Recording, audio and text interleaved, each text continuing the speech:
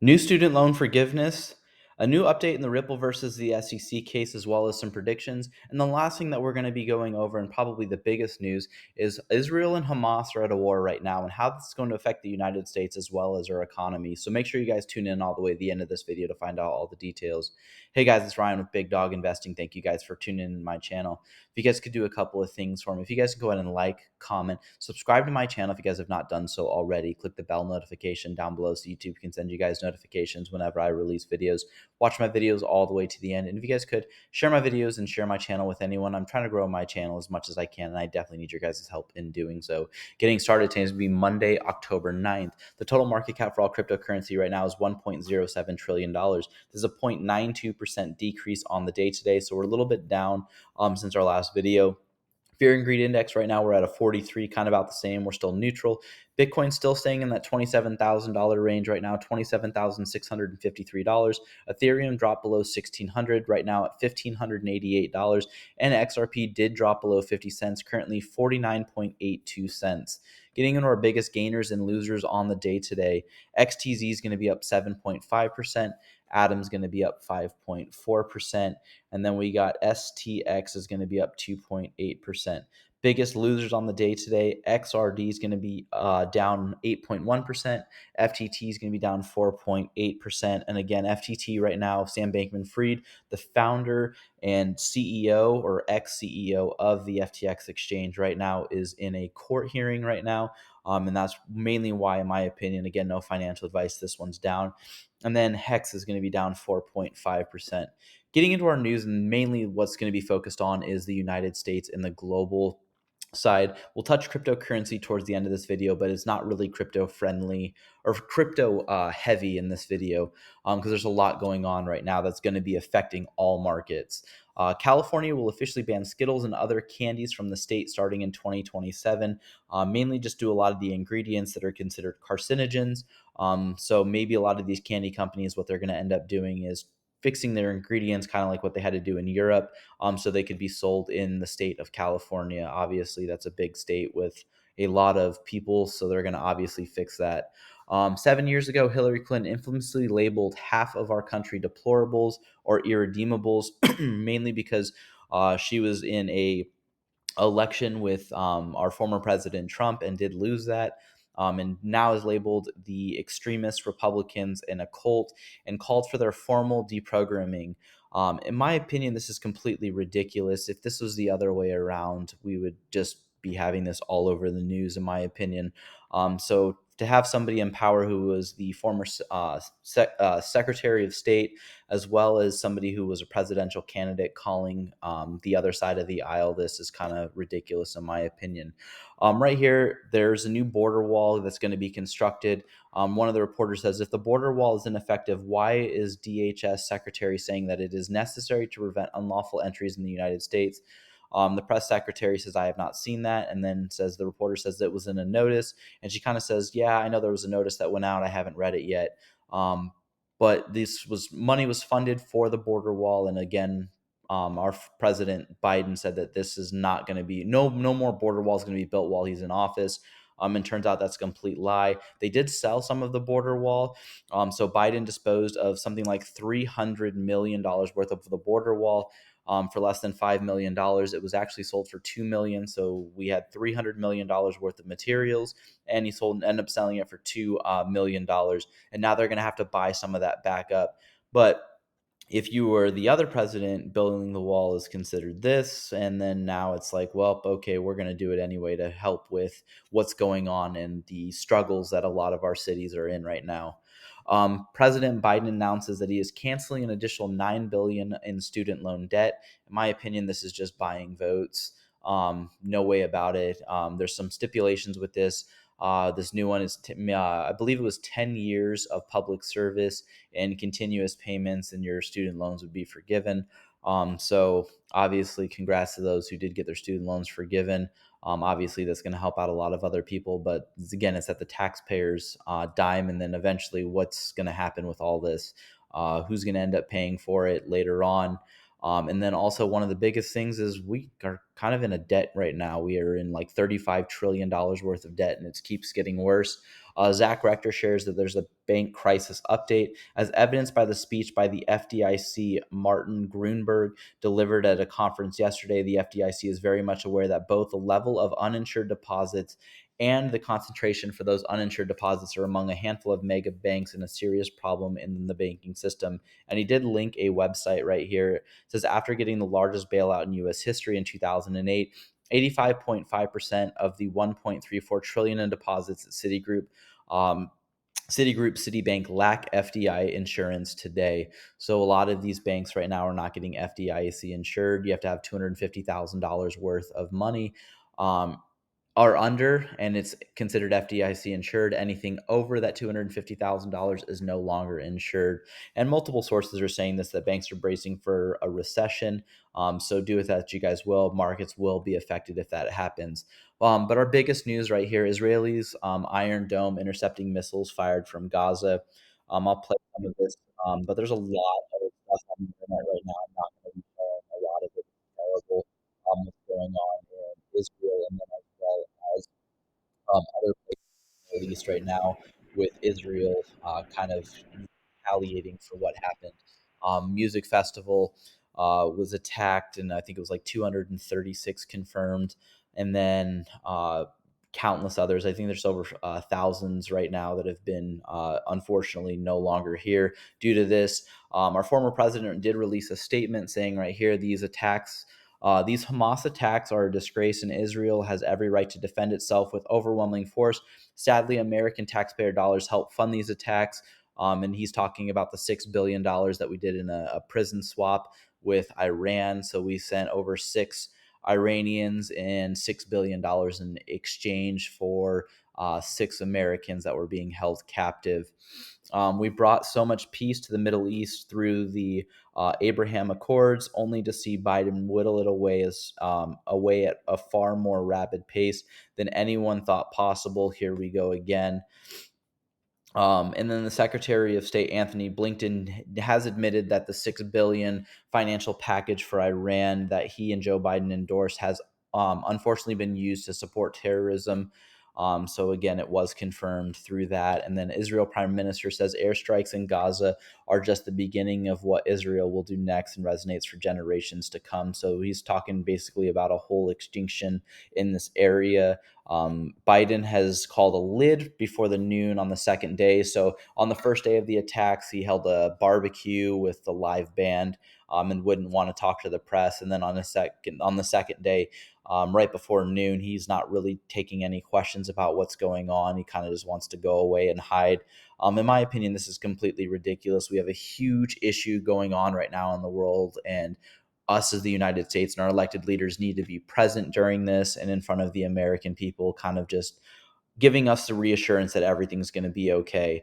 But here's Israel Prime Minister has told the President Biden that Israel has no choice but to launch a ground operation in Gaza. They did an airstrike. I'll show a little bit of this, and unfortunately, um, there were innocents that were harmed in a lot of these attacks. And I'm not going to be showing again. There's a lot of other videos out there.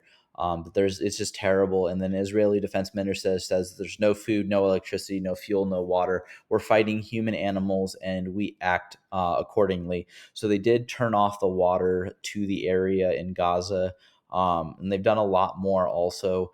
Um, there's videos of them shutting off the water and shutting off electricity and power to the area.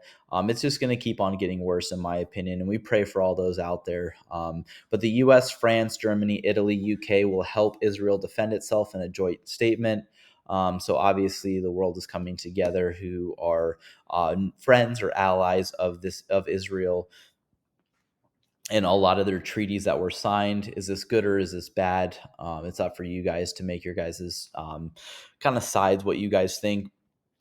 But with a lot of this, so it's kind of terrible because 11 Americans have been killed in Israel, and some have actually been captured. And with this, we had reports with what was it, Harvard, I believe it was, that there were like 30 college student organization groups that were pro-Palestine for the attacks, death to Israel, and everything else like that. In my opinion, that's completely ridiculous. But one of the biggest things that came out of this and was, nuclear war is always an option, because a lot of these people have nuclear power. But right here, this is John Kirby. He was interviewed and says, does Biden stand by his comment that during this, everything that's going on, that climate change is more frightening than nuclear war? John Kirby says, absolutely, he does. Climate change is an existential threat, more frightening than nuclear war. And again, this is during what's going on right now. And John Kirby does say yes. Again, everything's going to be down in the comments for your guys' resources if you guys choose. And then here's Kamala Harris talking about climate change and everything else. And a new term is called climate anxiety. And that one of the biggest things that people are in fear for right now is being able to have children, because they don't want to bring children into the world where climate change is a huge issue.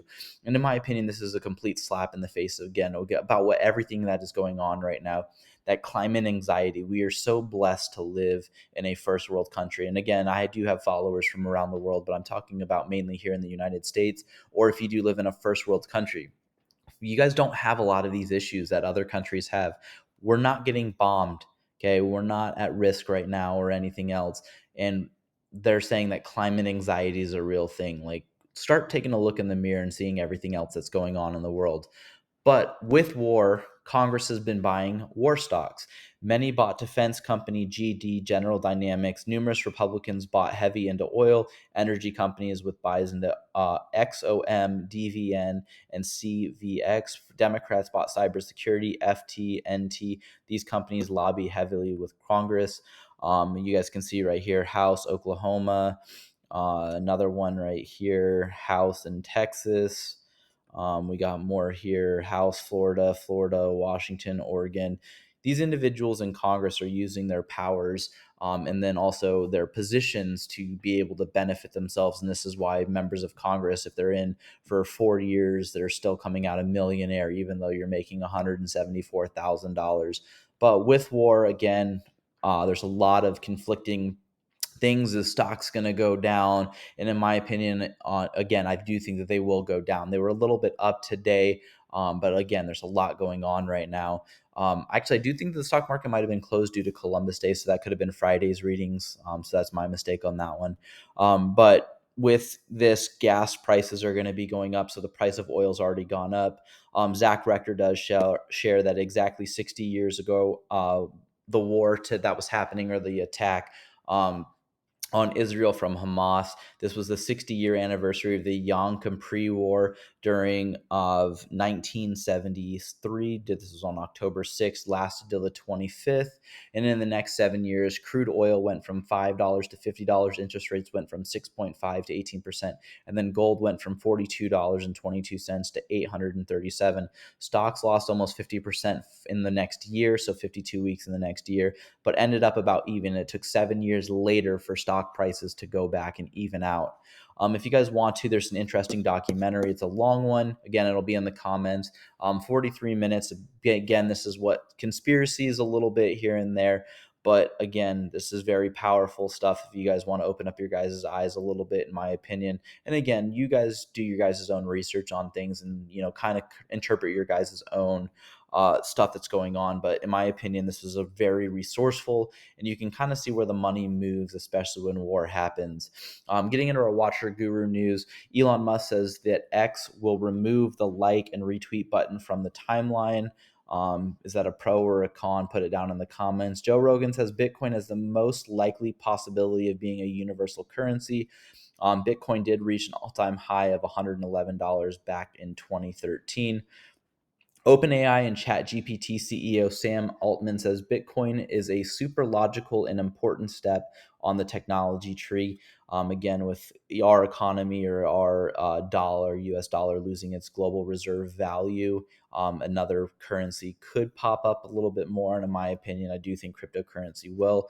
Ethereum Foundation sold $1,700 worth of ETH for $2.74 million. And in my opinion, with this huge sell-off, it did scare a lot of people, and that's why I do think that Ethereum did drop below that $1,600 level. Pro Bitcoin presidential candidate RFK Jr. drops out of the Democratic Party and is going to be running as an independent. It's kind of crazy, in my opinion, that the Democratic Party did not want to hold a debate with Biden and Robert F. Kennedy Jr. President Biden right now is 81 years old. Normally, it doesn't happen where an incumbent gets a debate stage, but in my opinion, it's kind of needed at this point. We do have a lot of issues going on, so it's nice to see somebody changing sides right now, essentially not really going to a Republican side, but going into an independent. We do need to see more independence, in my opinion. And $4 trillion asset manager Fidelity says Bitcoin is the most secure, decentralized, sound money compared to any other digital asset. And again, all of the money can be traced on the blockchain, so it's super important. $17.4 trillion or 17.4 $1 billion in U.S. Treasuries dumped by BRICS nations, China, Brazil, Saudi Arabia in 1 month. This is why we Bitcoin. It meaning cryptocurrency. There's a lot of money in U.S. Treasuries to be lost, especially in just 1 month, and it's going to keep on getting worse. Some good news, though, for Hedera. Hedera governing council members have decided to update the committee policy regarding financial decision making. Now Hedera can't spend any more money without the approval of the governing council members. And again, the governing council members are kind of crazy. We got Boeing, we got Dell, Google, IBM, LG, who else? UCL. These are all just to name a few. Ubisoft. These are big companies right now. Chainlink, obviously big into cryptocurrency. But you need this approval now. Hedera, I believe, is now at, I think, almost 69.88% of all of the reserves have been sold. So they do still hold some currency that they can still sell off, but now they need the governing council's approval to do that. Bitcoin could see an influx of $17.7 trillion from institutional investors as a former BlackRock manager predicts the imminent approval of a spot ETF in the US. My opinion, I don't know if it's going to be a 17.7 trillion. We're barely at $1 trillion right now. But I do see that if we do get a spot ETF approved here in the United States, we will see a huge price increase in Bitcoin. In huge, I'm thinking a couple $1,000s per coin. But I do see that we do see a $1 trillion increase over probably the next month or 2 months after it's been approved. I don't see it $17.7 trillion, especially right away. That would completely put a havoc in the cryptocurrency markets, and also the price of all these crypto assets will jump up drastically. I believe we've only seen just shy of a $3 trillion market cap.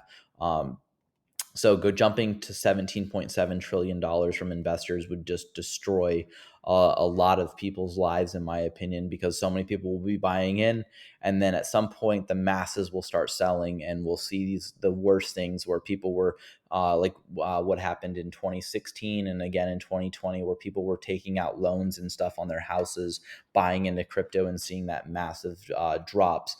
People were taking money out of their kids' college funds. So obviously, only invest with money that you guys are willing to lose. Justin Binance and CEO Shijing Zhao, known as CZ, filed a motion to get the SEC lawsuit dismissed. In my opinion, the SEC is just suing everyone, so it's good. We did see Coinbase launch a motion to get their lawsuit dismissed also. Bill Morgan says, can anyone interpret this passage from the SEC's latest brief? It says, if crypto assets, and this was in the Coinbase matter, so this is in the Coinbase lawsuit. It says, if crypto assets embody some underlying value like an entity on a ledger, the value is assessed through the digital token, but the token, which is just a software, has no innate or inherent value of its own. It is tied to the underlying value, which is the crypto assets at the issue in this case is the investment contract. Without the access to the service of the intellectual property, these crypto assets significantly, they would be worthless. After all, investors are not purchasing those assets to own a digital sequence of letters and numbers. And then we had David Schwartz. He's a CTO over at Ripple. Says every time I read this, I think it almost makes sense, but then it doesn't. Again, everything's value comes from what you can do with it and from everything in the world that makes the things you can do with it useful. So I believe that was a good example. They just did a play on words, in my opinion, and basically a word salad is a better term to use. So they basically just repeated what they were saying in a different tone and basically filed it in their motion with the judge. So it's kind of interesting. But during the Sam Bankman Fried FTX trial, at Sam Bankman Fried's trial, Alameda co founder Gary Wang just testified at Alameda's liquidation engine allowed it to go to more than $100 million dollars in the negative as early as late 2019, effectively tapping into customer funds. He brought this to Sam Bankman Fried. Sam directed Gary to add all of Alameda's balances on the FTT token to the calculation of Alameda's overall losses, effectively initiating the use of the FTX equity as collateral for the illicit lending of customer funds. Full wrap up coming soon. And then he says that he's starting to realize, in my haste and excitement today, I slightly misphrased this. It was FTX liquidation engine that gave special privileges to Alameda's accounts to, in effect, tap into customer funds. So Gary Wayne kind of knew that they were tapping into customer funds, told Sam Bankman Fried about it, is what it sounds like. And then Sam Bankman Fried kind of just didn't tell anyone and just allowed it to happen. Again, he did have his girlfriend working over at Alameda. Some news on Ripple, though. Ripple is on news for BTC. Thank you, Bitcoin people, for promoting Ripple and XRP. So, Ripple's just being dominated right now all over the news. The price isn't reflecting what could happen with the token, in my opinion. We could see a huge breakout here in the near future, especially with the lawsuit. It seems like coming towards an end. Again, with the Judge Torres denying the SEC's interlocutory appeal motion. That was a huge move, and obviously, we did see a nice price increase, and then again, it did drop. But Ripple's chief financial officer, Christina Campbell, has left the company and is now going to be becoming the CFO over at Maven Clinic. Campbell served as Ripple's CFO for nearly 2 years and 7 months. We hate to see her go, wish her the best, but they are going to be looking for a new CFO. And it was some interesting things. I did run across this. Ripple and Ashton Kutcher are kind of like hand in hand, in my opinion. But this was a while ago. I believe this was in 2019. But during the Ellen DeGeneres show, Ashton Kutcher gave Ellen DeGeneres $4 million for one of her charities, and he talked about it on the show. You can see this below. And but he just shows that how fast the transaction can be sent, where he sends over $4 million. Let's see, do they actually have Ripple's logo? It's not showing up right now, so it's kind of freezing. But in my opinion, I did see this as a nice thing. Um, Again, this is just going to be showing that there's going to be a lot of the masses that are going to be seeing a lot of this. And again, when your guys' grandmothers start talking about cryptocurrency, no financial advice, but that's probably a good time to sell. So take that which what you guys will, but mainstream media is now starting to realize how awesome Ripple is. But recall Ripple picking up a stake in Bitstamp. So Scoop Bitstamp is in advanced conversations with three big European banks looking to offer crypto. As a coincidence increases, thanks for the incoming MICA regimen. Again, Ripple did take a stake in Bitstamp. So this is just huge news, and Ripple's doing these deals without people realizing it. And then eventually, when they come to fruition, that's when, again, no financial advice, we're going to see this huge price increase. But the last thing that we're going to go over, Jeremy Hogan kind of gives us a little bit of an update in the Ripple versus the SEC case. He says, I'm seeing some confusion as to what could happen in the Ripple versus the SEC case now that the judge denied the interlocutory appeal. So I've outlined every possibility and provided the exact chances and possibilities of it happening and how long each would take exactly. So, overview. The judge issued a summary judgment and denied early appeal. The SEC has 100% right to appeal when the whole case is finished. So even though they lost the interlocutory appeal, they can basically appeal the entire case, but it has to wait till the very end at final judgment. We'll see what happens. But possibility one, The SEC moves forward with trial next April against the individual defendants. That's Brad Garlinghouse and Chris Larson. Chance of this happening is a 39.456%. The judges left only the hardest part of the case for trial. The SEC could easily take an L at the trial and have some of its dirty laundry aimed at the same time. If the SEC goes to trial, and an appeal of the case won't be filed until 2025, that means the appellate ruling likely won't come out until the end of 2026. Then, even if the SEC wins on appeal, the case would most likely be remanded back to Judge Torres for further litigation. So, the SEC wants to push the entire case to trial and then the appeal parts of the judgment against Ripple it doesn't like. Fair enough, but the most likely outcome of this situation is a final resolution in 2027, June 14, 2027 to be exact. Good luck with that. Now, the number two possibility, the SEC could settle the case against the individual defendants and move forward with obtaining the final judgment against Ripple and then appeal. This is a 32.113%. The SEC's best option. For that reason, I doubt they do it. Setting out the individual defendants in the SEC and the appellate court about 9 to 12 months faster and saves its resources and face by bypassing a very difficult and overreaching case. After the settlement of the individuals, the case would go straight to remedies litigation. Remedies litigation would still require months and months to complete, which is part of the SEC's arguments as to why it's needed an early appeal. The option would still go into deep of 2026, August 14th to be exact, in 2026. And the last one is going to be option three. The SEC settles all litigation against Ripple and the individual defendants.